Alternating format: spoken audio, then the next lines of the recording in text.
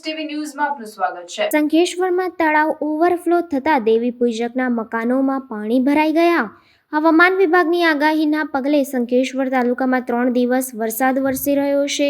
તેમાં નીચાણવાળા વિસ્તારોમાં પાણી ભરાયા હતા। છેલ્લા 48 કલાકમાં શંખેશ્વર તાલુકાનો 5 ઇંચ વરસાદ નોંધાયો હતો।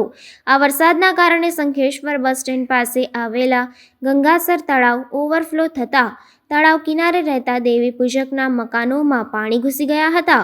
ઘર વખરીને નુકસાન થવા પામ્યું હતું। બસ સ્ટેન્ડમાં અને તેની પાસે આવેલ ઠાકોર પરિવારના મકાનમાં પાણી ભરાયા હતા।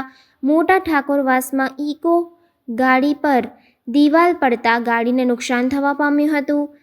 કુવારદ ગામે મકાન દિવાલ ધરાશયી થવા પામી હતી તો પાડલા ગામે સીમ વિસ્તારમાં રહેતા 5 મકાનોમાં પાણી ભરાતા તારીખ 26 ઓગસ્ટના રોજ આશરે 40 લોકો મુશ્કેલીમાં મુકાયા હતા। જેના કારણે પાડલા ગામના લોકો બાળકો સાથે શંખેશ્વર તાલુકા પંચાયત કચેરીએ ટીડીઓને રજૂઆત કરવા આવેલા હતા, પરંતુ અધિકારી ન મળતા મુશ્કેલીમાં મુકાયા હતા। જો કે હવામાન વિભાગની ભારે વરસાદની આગાહીના કારણે જિલ્લા કલેક્ટર દ્વારા પૂરતી તૈયારીઓ કરેલી છે અને તારીખ 25 ઓગસ્ટના રોજ કલેક્ટર પાટણ દ્વારા પરિપત્ર પાઠવી દરેક જિલ્લા તાલુકાના જવાબદાર અધિકારીઓને હેડક્વાર્ટર નહીં છોડવાના આદેશો પણ આપવામાં આવ્યા હોવા છતાં પણ શંખેશ્વર તાલુકા પંચાયતના અધિકારી ગેરહાજર હોવાનું પાડલા ગામના રજૂઆત કરવા આવેલા લોકોએ જણાવ્યું હતું।